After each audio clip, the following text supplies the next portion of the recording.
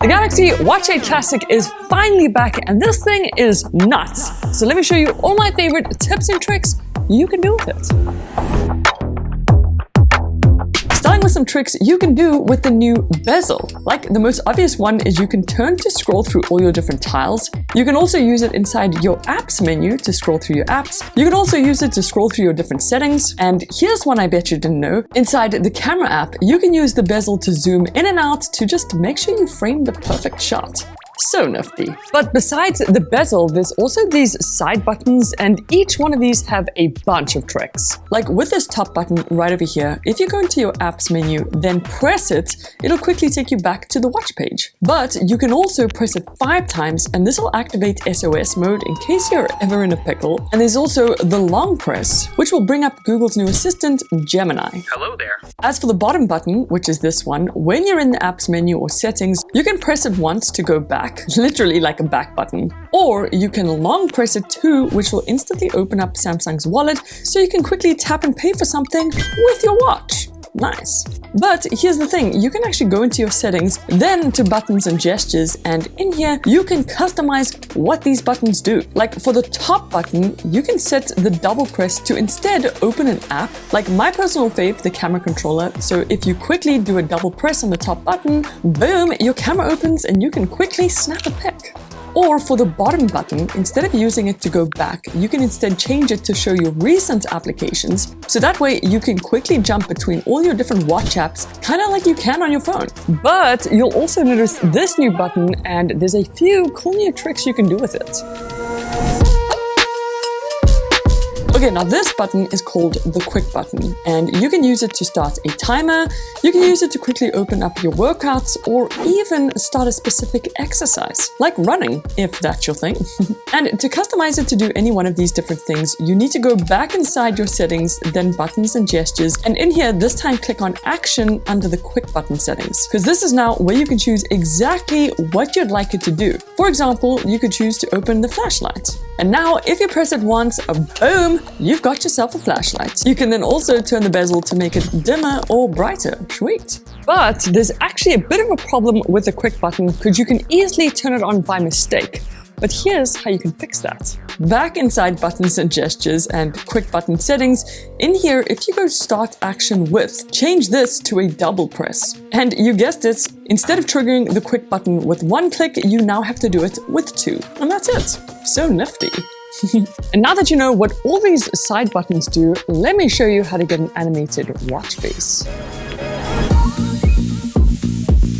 Okay, so on your phone, if you open up the Wearables app, then go into Watch Faces, in here you can obviously choose from a bunch of different watch faces. And they got some great new options, like the Sporty Classic option, the new Heritage watch face, my personal fave, and even the new Daily Dashboard one. But let me show you something that's even better. If you scroll down, look for the Photos watch face, then tap the pencil icon, click on Backgrounds, click the plus icon and head into your gallery. And now in here, instead of selecting a static picture, instead choose an animated GIF. You can actually select a couple, then click done. And before I show you the final, click on clock type. And in here, change the style to analog watch hand. And I'll show you why in a sec, but then click save and bam, you got yourself a freaking animated watch face, baby. Honestly, you can go crazy with this and set it to pretty much any GIF you want. And as a little bonus, you can get all these designs from our website for free. I'll have a link for them down below.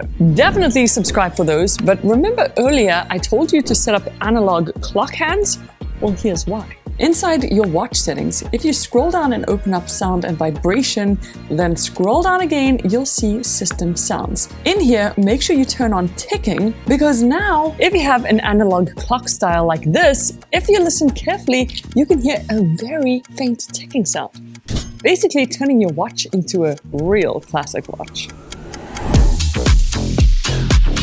Now, let's set up some complications because there's a lot of tricks you can do with these. So if you head back into the Wearable app on your phone, then Watch Faces and tap Customize, in here you'll notice there's a ton of different complication options that you can choose from. But here are 4 of my favorite complications that I suggest you check out. First, make sure you've downloaded WhatsApp on your watch, because once you do, you'll get this cool WhatsApp complication you can choose from, which as soon as you press it, opens up WhatsApp on your watch. Pretty freaking cool. Secondly is this new Gemini complication, which directly opens up the new Google Gemini Assistant so you can ask it whatever you want, like what time is it? The time is 5:13 p.m. Then for the third and fourth complication, I'd suggest adding your steps followed by the watch battery. And once you've got that all done and set up, your watch face and complications should be looking so good. But we still gotta talk about these brand new widgets. So when you first twist the bezel to open up your widgets or tiles, whatever you prefer to call them, you'll notice they've got a new design where they're stacked on top of each other. But here's a cool trick. Inside your wearables app on your phone, if you open up the tiles tab, you can actually tap and drag around each tile to reorder them. Or even better, you can swipe all the way left, tap on this plus icon, and now you can create your own tile page. As you can see, you can pick and choose from a ton of different tile options. You also get circular ones that take up their own entire tile page. But if it's this kind of pill shape, then you can stack them on top of each other and get a bunch of tiles on one page. Then once you've created one, you can tap on this little pencil icon and give it a name. I even use emojis just to make it easier to see what page you're on. And if you tap on this icon in here, you can rearrange the entire page order to whatever you want. Then lastly, make sure you click save, because now your tiles should be set up exactly how you like them, in the right order and all that jazz. But there's still way more I gotta show you. Hello? Now, to answer a call on your watch, there are two ways to do it. The first way is obviously to swipe the red to decline the call, or swipe on the green to answer the call. But there's an even better way. Instead of swiping, if you take your index finger and thumb and just double tap them together, boom, it answers the call. The name is Bond. James Bond. But if you want to decline the call, then just twist your wrist twice and your watch will instead ignore it, just like a spy.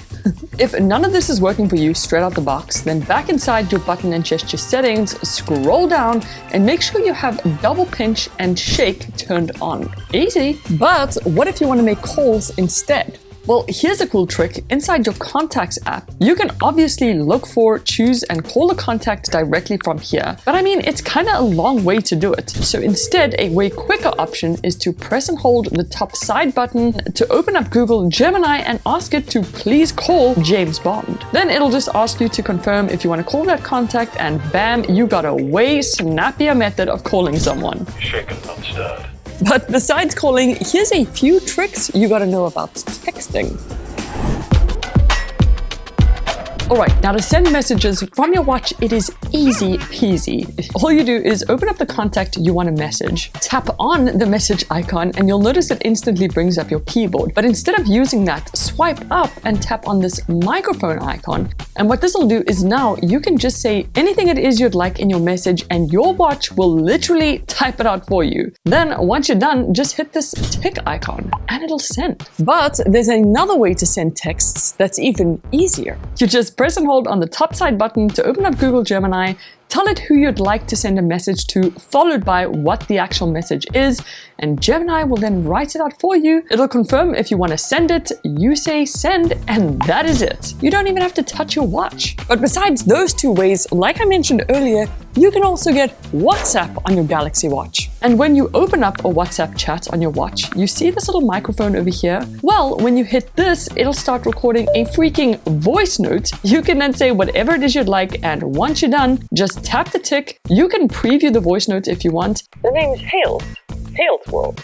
And when you're happy, just send it. I mean, come on, that's exactly what watches were made for. Okay, now there are 3 tricks you can do when it comes to your watch apps. Number 1 is at the top here in your apps library called the Recents button, which does exactly what it sounds like and opens all your recent applications where you can close them or just switch between your different apps. Trick number 2 for this one, go all the way to the bottom of your apps menu where you'll find this new Set View button. If you scroll down again in here, you'll see you can change between a grid view to this new list view. The grid view is a lot more compact, but if you like like to see the app names, then the list view is really nifty too. And for the third trick, back inside set view, make sure that this new toggle is turned on, because inside your app menu right at the top, you'll notice this new featured app list that changes based on the apps you've used, which is pretty handy to have. So I definitely suggest you turn this on. Now, besides measuring your steps and your heart rate, this bad boy can measure your body too. And to show you what I mean, first make sure you take the Watch Classic off your wrist, and I'll show you why in a sec. Then go into your health app and scroll down until you find something called Antioxidant Index. Open this up, then tap on Measure, tap OK. Now, just turn your watch over and using your thumb, put it over these sensors. It'll then vibrate to tell you it's measuring and vibrate again once it's done. And then it'll give you a score. Well, basically, this score tells you how good your body is at fighting disease. So if yours is adequate, then you're good to go. But if yours is low like mine, then you might want to start eating your veggies. Back inside your Samsung Health app, you can also measure your body composition. The first thing you gotta do is make sure your watch is a bit further up on your arm than usual and strapped on real tight. Then what you gotta do is put your middle finger on the top button and your ring finger on the lower button. It'll start measuring, and once it's done, you've got all these stats about your muscle, your fat, and even how much body water your body is made of. Crazy cool. And you know what else is even more crazy? We're on the road to 3 million subscribers, and if you subscribe, you'll get even more tips and tricks like these ones. I'll see you in the next one. Toodles!